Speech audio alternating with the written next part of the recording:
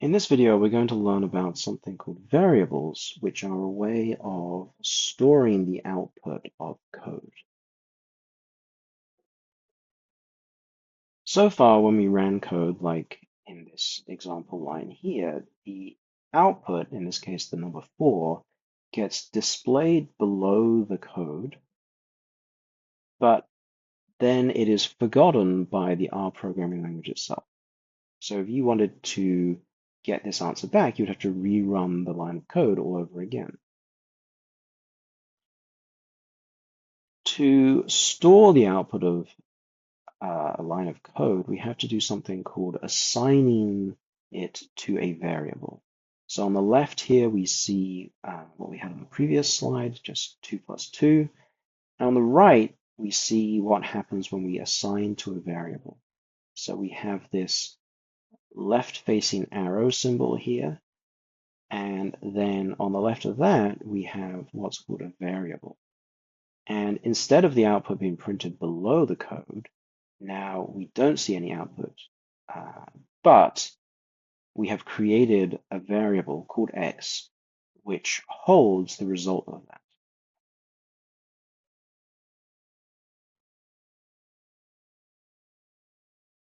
So this left-facing arrow is called the assignment operator. It's the less than symbol followed by a hyphen.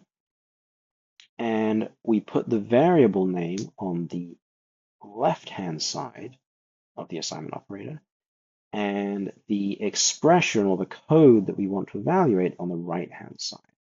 And so when this line is run, first the expression is evaluated, and then when all of the code of the expression has been run and the final output has been calculated, then the assignment operator takes that final output and assigns it to the variable. So this means the assignment operator, it's an operator like the math operators we learned before for doing addition or division, but it has a very low precedence. It will be run after almost every other operator. So if you have addition operators or multiplication operators in your expression, they'll all be evaluated first. Then the final assignment will happen back to the variable. What can you call a variable? Well, almost anything with some restrictions. So you can't start a variable name with a number. For example, here, we couldn't put a number at the start of this variable name. R would not let us do this.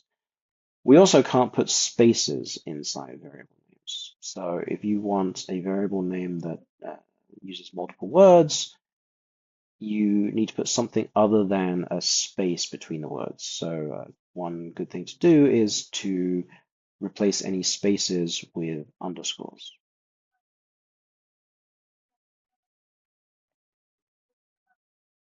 Once you've created a variable, you can then use it in subsequent lines of code. For example, here we are using our 2 plus 2 being assigned to the variable x again. And then on the next line of code, we have an expression where we say 3 plus x. So when this is run, R will say, okay, well, x is a variable, and it will look up what value is stored in x. And so it says, oh, well, I previously stored the value 4 in x. So it will replace x with that value with 4, and then it will say, okay, what's 3 plus 4? Well, that's 7, and it will store it then in this new variable called y. Then on a third line of code, we say, well, what is x plus y? So R says, okay, well, what value is stored in x? Well, we know that's 4. What value is stored in y? Well, we know that's 7. So it replaces these variables with their values, and then we get 4 plus 7, which gives the result 11. Now, one word of warning, which is that we cannot use a variable before it's been created. So here in this second example, right, we're saying z plus 10, but we're not creating z until the second line of code. So if you tried to run this, you would get this error. And it would say, well, the object z is not found, which means if I was to translate this, when R is running this first line of code, it can't find anything called Z. So it stops there and it never actually gets to the second line of code.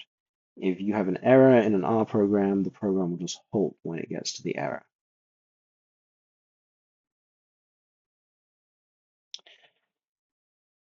The other interesting thing to note about variables is that the values that are stored in them can change. That's kind of why they're called variable.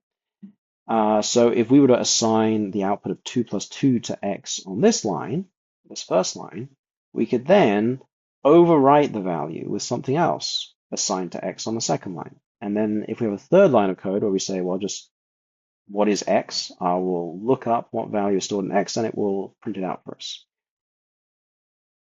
And so it doesn't display 4, which we originally assigned to x, right? It displays the value that we have most recently assigned to x, which in this case is the character string hello world. If you're creating variables in RStudio, then they will show up in the environment tab, which is in the top right pane of RStudio. So as you create variables, they will show up here, so you have a record you can refer back to. And this is an example of what you might see. For example, after running that first line of code where we assign the value 4 to the variable x, and it would show you the variable name and also the value that's currently assigned in that variable.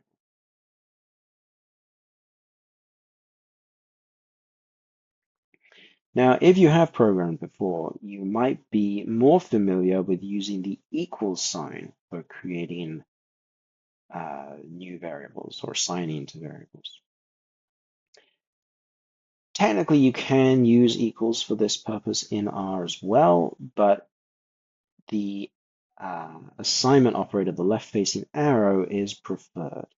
So these two pieces of code here on this slide are equivalent.